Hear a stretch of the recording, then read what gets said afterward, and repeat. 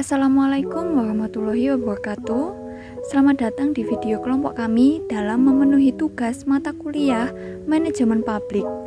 Kelompok kami akan membahas tentang bidang pelayanan di KUA dengan tema proses pemeriksaan berkas dalam urusan perkawinan dengan dasar hukum Undang-Undang Republik Indonesia Nomor 1 Tahun 1974 tentang perkawinan. Kelompok kami beranggotakan 3 orang, yakni yang pertama Vici Yuliasari, kedua Duratul Mahmubah, dan yang ketiga Siti Arvina Setiawati.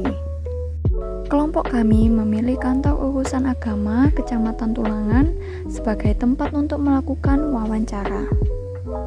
KUA Kecamatan Tulangan yang berlokasi di Jalan Raya Telasi Nomor 1, Tulangan, Sidoarjo, Jawa Timur. Untuk lebih tepatnya, lokasi KUA Kecamatan Tulangan berada di dalam kantor Kepala Desa Telasi. Setelah masuk ke kantor Kepala Desa Telasi, di sebelah pendopo Desa Telasi terdapat sebuah bangunan. Disitulah KUA Kecamatan Tulangan berada.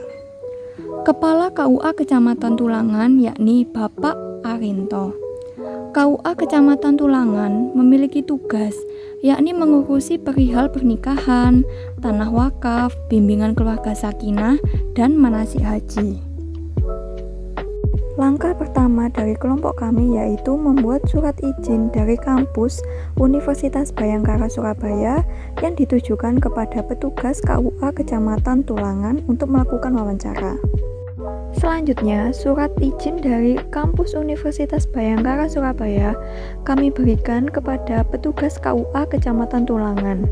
Di sana kami disambut ramah oleh petugas KUA Kecamatan Tulangan dan diberikan izin untuk melakukan wawancara dalam memenuhi tugas mata kuliah Manajemen Publik. Berikut hasil cuplikan rekaman saat kelompok kami melakukan wawancara dengan petugas KUA. Topik yang pertama yang mau ditanyakan itu surat-surat apa aja sih Pak yang harus dibawa saat mendaftarkan diri jika ingin melangsungkan pernikahan? Oh gitu. Iya. Pertama, ketika ada orang ingin mencatatkan pernikahannya, tentu saja kan pertama harus didaftar. Maka syarat wajib dokumen yang harus disiapkan itu ada 4 sebenarnya. Yang wajib dan insya Allah semua orang punya, karena mestinya punya. Pertama KTP, KK, akta kelahiran, kemudian surat keterangan dari desa untuk menikah, M1 dan sebagainya, pengantar nikah. Pengantar nikah. Semua kan orang punya.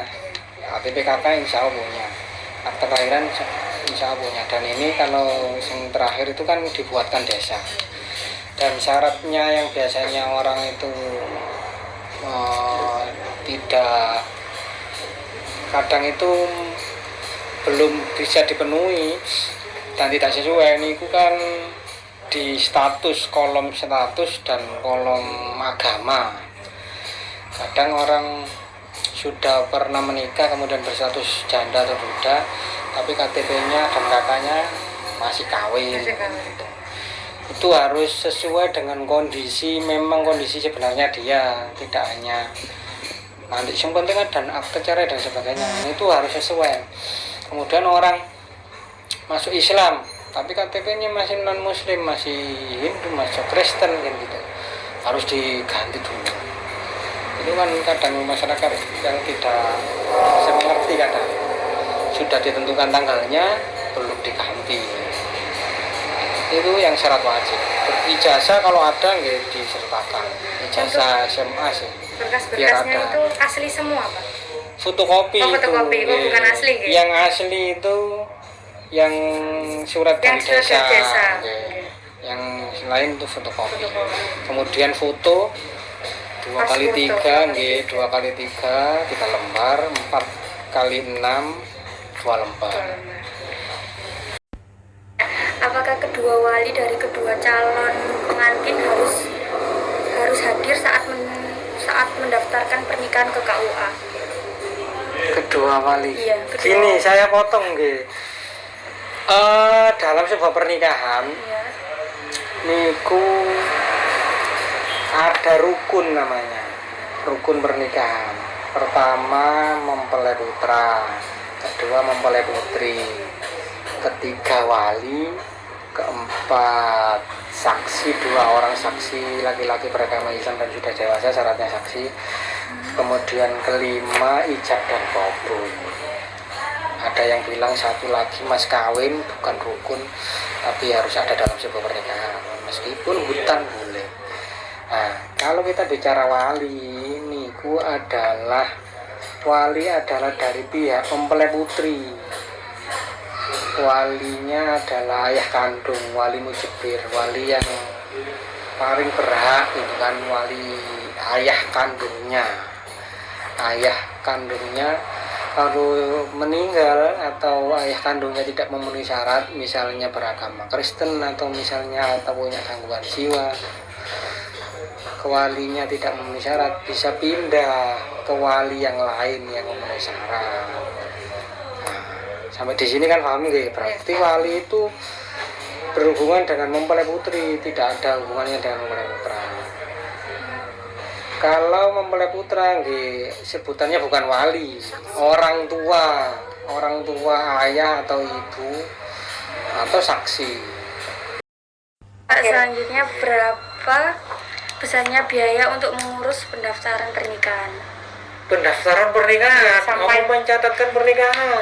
Ya, mencatatkan sampai dengan kayak Pak pengguna baik nikah di KUA ataupun di rumah gitu. Iya.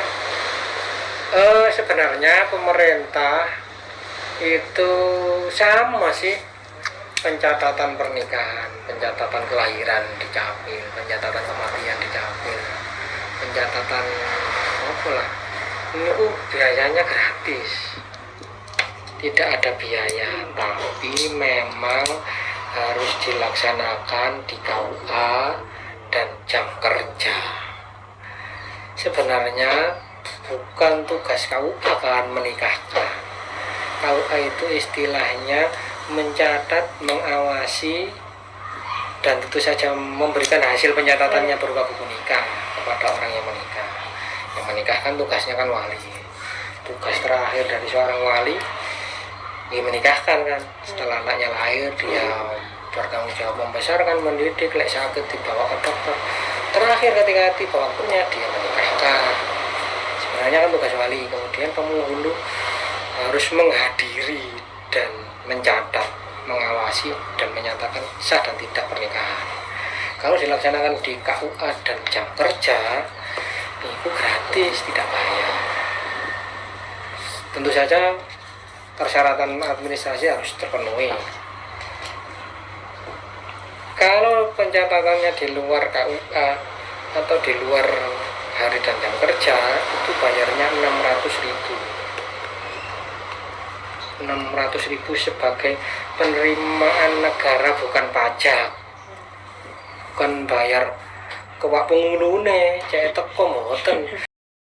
Dan ini beberapa dokumentasi dari kelompok kami di KUA Kecamatan Tulangan. Terima kasih telah menonton video kelompok kami bidang pelayanan di KUA Kecamatan Tulangan, Sidoarjo. Kurang lebihnya mohon maaf. Sampai jumpa. Wassalamualaikum warahmatullahi wabarakatuh.